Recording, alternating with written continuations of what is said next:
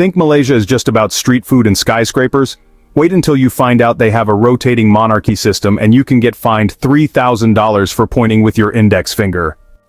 Number 15. Malaysia has the world's only rotating monarchy where 9 kings take turns ruling for 5 years each. You heard right? While most countries stick with one monarch or president, Malaysia decided to get creative with their leadership.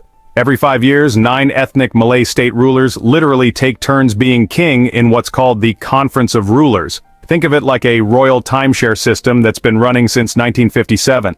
The current Yang di Pertuan Agong gets all the ceremonial duties, lives in a massive palace, and then hands over the crown to the next guy in line when his term is up.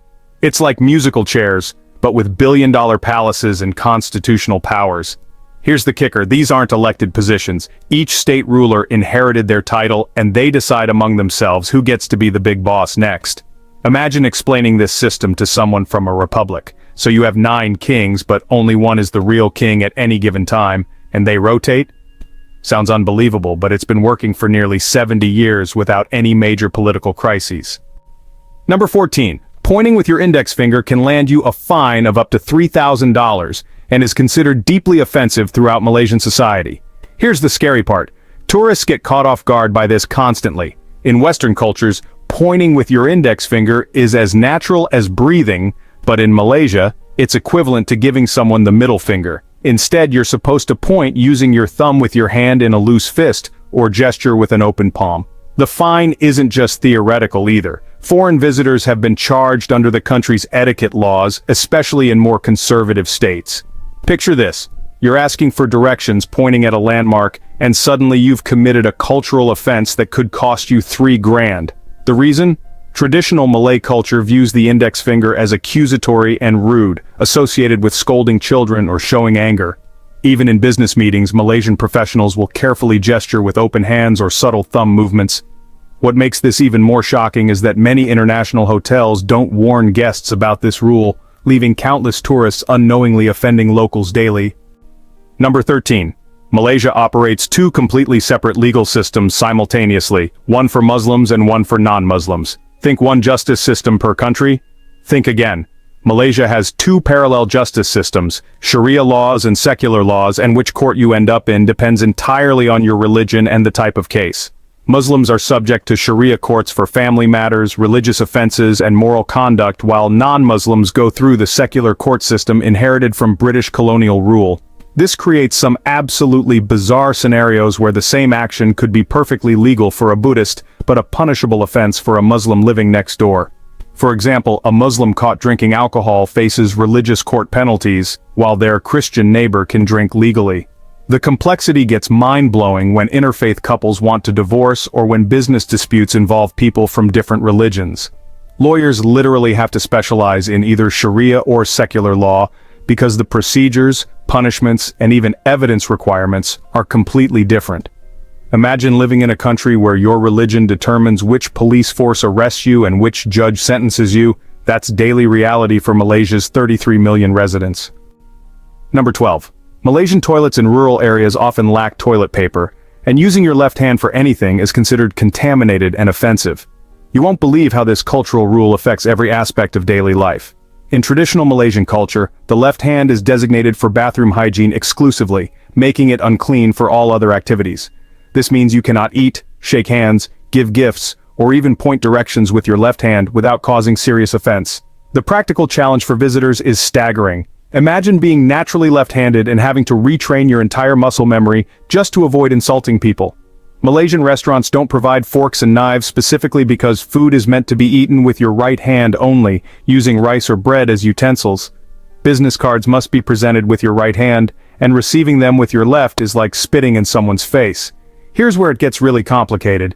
If you're injured and your right arm is in a sling, you're supposed to apologize before using your left hand for necessary tasks. The irony? Many modern Malaysians use toilet paper now, but the cultural taboo remains so strong that breaking this rule can damage business relationships and personal friendships permanently. Number 11. The indigenous Orang Asli people make up less than 1% of Malaysia's population but have legal rights that supersede the majority Muslim laws. As of 2017, the Orang Asli accounted for 0.7% of the population of peninsular Malaysia, yet they hold special constitutional protections that create fascinating legal exceptions. These aren't just symbolic rights either. Orang Asli communities can practice their traditional customs even when they conflict with national Islamic law. For instance, they can consume alcohol, practice animist religions, and maintain traditional gender roles that differ from mainstream Malaysian society. What's really shocking is that there are 18 distinct Orang Asli tribes, each with completely different languages, customs, and belief systems. The Temiar tribe believes dreams are so real that dream events affect waking life, while the Semai people have a cultural concept called Punan, where violence is so taboo that they'll relocate entire villages to avoid conflict. While outsiders often perceive them as a single group, there are many distinctive groups and tribes, each with its own language and legal recognition. The government provides them with special land rights, educational programs, and cultural preservation funds, creating a unique situation where Malaysia's smallest minority has some of its strongest legal protections. Number 10. Malaysia banned yellow clothing in certain states because the color became associated with political opposition, making innocent fashion choices potentially illegal. Sounds unbelievable, but during periods of political tension, wearing yellow shirts to public gatherings has resulted in arrests and detention. The color became symbolically powerful when the Bersih movement adopted yellow as their signature color for clean government protests, leading authorities in some conservative states to treat yellow clothing as potential sedition. Picture this absurd scenario: you're a tourist wearing a bright yellow sundress to explore Kuala Lumpur, and suddenly you're being questioned by police who assume you're participating in an anti-government demonstration. The ban isn't consistent nationwide, which creates a confusing patchwork where yellow is fine in Penang but suspicious in Kelantan. Local Malaysians have developed an almost supernatural awareness of when yellow becomes politically dangerous. They'll literally change clothes before attending public events during sensitive periods. What makes this even more bizarre is that yellow is traditionally a royal color in Malaysian culture, associated with the king and prosperity. So the same color that represents monarchy and good fortune can also land you in jail, depending on the political climate and which state you're in. International fashion retailers have actually had to adjust their marketing and inventory based on these unpredictable yellow clothing restrictions. Number 9. Malaysian urban planning is so chaotic that entire neighborhoods exist without official addresses, and GPS systems regularly fail because roads change overnight. Here's the funny part. Even pizza delivery drivers need landmark-based directions instead of street addresses in many areas. As of 2024, Malaysia is divided between 19 cities, 40 municipalities, 91 district-level councils, and 4 statutory agencies. But this bureaucratic complexity has created addressing nightmares that would make any postal worker quit. In rapidly developing areas like Selangor and Johor, construction happens so fast that Google Maps can't keep up. Roads that existed yesterday might be blocked by new construction today, and what was a jungle path last month could be a major thoroughfare now.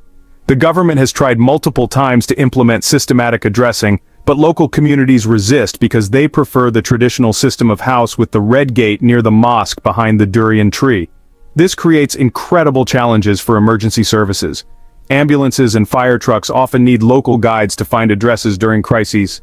E-commerce companies have had to develop special Malaysian protocols where delivery instructions read like treasure hunt clues. Third house after the yellow shop house, look for the cat statue. The irony is that Malaysia has world-class infrastructure and internet connectivity, but they can't figure out how to number buildings consistently. Number 8. Malaysia's gender-separated cinema seating in conservative states means couples cannot sit together during movies, with ushers enforcing strict separation rules. Wait until you find out how this actually works in practice. In states like Kelantan and Terengganu, movie theaters are divided into male and female sections with a physical barrier down the middle, and ushers patrol with flashlights to ensure compliance. Married couples must show their marriage certificates to sit together, but even then, public displays of affection like holding hands can result in ejection from the theater. The enforcement is so strict that teenage friends of opposite genders often have to watch movies in shifts or find creative workarounds like claiming to be siblings. What's really shocking is how modern multiplexes adapt to these rules. They install special lighting systems to monitor seating sections and train staff in religious etiquette enforcement. International movie distributors have had to edit films specifically for these markets, removing romantic scenes that might be considered inappropriate for gender-separated viewing. The business impact is staggering. Movie theaters in conservative states report 40% lower attendance because groups of mixed-gender friends simply can't watch films together. Yet these same states have thriving black market screening rooms where people pay premium prices to watch movies without segregation rules. Number 7. Malaysian restaurants legally cannot serve alcohol to anyone who looks Muslim, creating an absurd guessing game for servers and potential discrimination lawsuits. Think bartenders have tough jobs? Try being a Malaysian server who has to play religious detective before taking drink orders. The law doesn't provide specific guidelines for determining who looks Muslim, leaving restaurant staff to make snap judgments based on appearance, name, or clothing. This creates incredibly awkward situations where servers must essentially profile customers before offering wine lists or beer menus. Non-Muslim Malaysians with Arabic names or Middle Eastern features report being denied alcohol service regularly, while Muslim converts with Western appearances can often order drinks without question. The legal liability is enormous. Restaurants can lose their licenses for serving alcohol to Muslims, but they can also face discrimination charges for refusing service based on appearance. Some establishments have solved this by requiring religious identification cards, but this creates privacy concerns and slows service to a crawl. International tourists are completely baffled by this system, especially when traveling in mixed religion groups where some friends can order beer while others cannot. The enforcement varies wildly by state and even by neighborhood. What's strictly enforced in Kuala Lumpur might be ignored in Penang, creating a confusing patchwork of alcohol accessibility across the country. Number 6.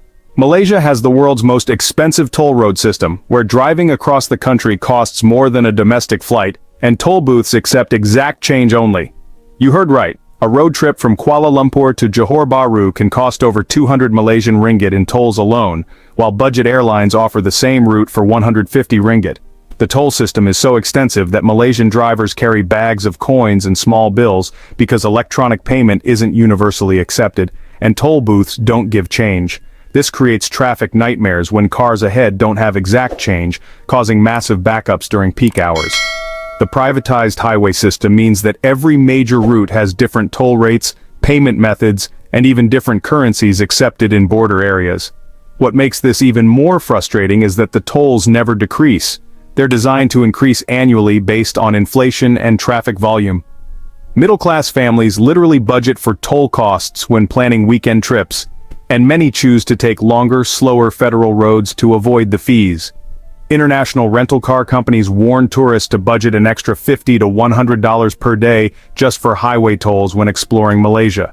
The government has promised electronic toll collection for decades, but the system remains frustratingly cash-dependent, forcing drivers to stop completely at toll plazas that could otherwise be high-speed checkpoints.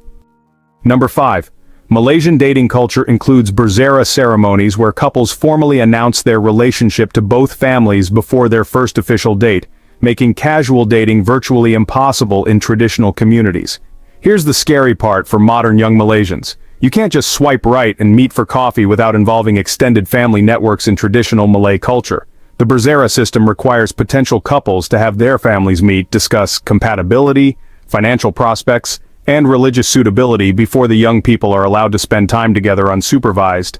This isn't just a conservative practice either. Middle-class urban families still follow these traditions, creating a parallel dating economy where professional matchmakers charge thousands of ringgit to arrange family introductions.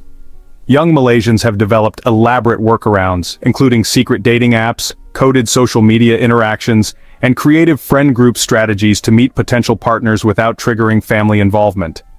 The pressure is so intense that many Malaysian students studying abroad report feeling liberated by Western dating norms, while others feel completely overwhelmed by the lack of family structure. What's really shocking is how this affects Malaysia's marriage statistics. The average age of first marriage has increased by 5 years in the last decade, as young people delay serious relationships to avoid premature family negotiations. International businesses operating in Malaysia have had to adjust their social events and team-building activities to accommodate employees who cannot attend mixed-gender gatherings without family approval. Number 4. Malaysia's Allah controversy legally prohibits non-Muslims from using the word Allah in any context, including academic discussions and historical references, with violations carrying prison sentences. Sounds unbelievable, but this law has created some of the most bizarre legal situations in modern history. Christian churches cannot use Allah in their Malay language services, Even though the word predates Islam and is used by Arabic-speaking Christians worldwide, the enforcement has led to newspaper confiscations, Bible seizures, and even arrests of theology professors discussing comparative religion. What makes this even more absurd is that Indonesian Muslims just across the border have no such restrictions. Malaysian Christians can literally drive 20 minutes south and hear Allah used freely in Indonesian churches. The legal complexity extends to international businesses too. Multinational companies with Muslim employees from other countries have had their internal training materials censored because they contain the word Allah in context not approved by Malaysian religious authorities. Academic conferences on Middle Eastern studies have been cancelled because international scholars couldn't present their research without using prohibited terminology. The irony is that Malaysia prides itself on being a modern, international hub, yet scholars visiting from Egypt or Jordan find themselves unable to discuss their own religious traditions using standard Arabic vocabulary. Even translation software and language learning apps have special Malaysian versions that exclude certain religious terms from their databases. Number 3. Malaysia's indigenous Penang people in Borneo have a traditional custom where married women are not allowed to speak their husband's name aloud for their entire marriage, creating complex linguistic workarounds. You won't believe how this affects daily life in Penang communities.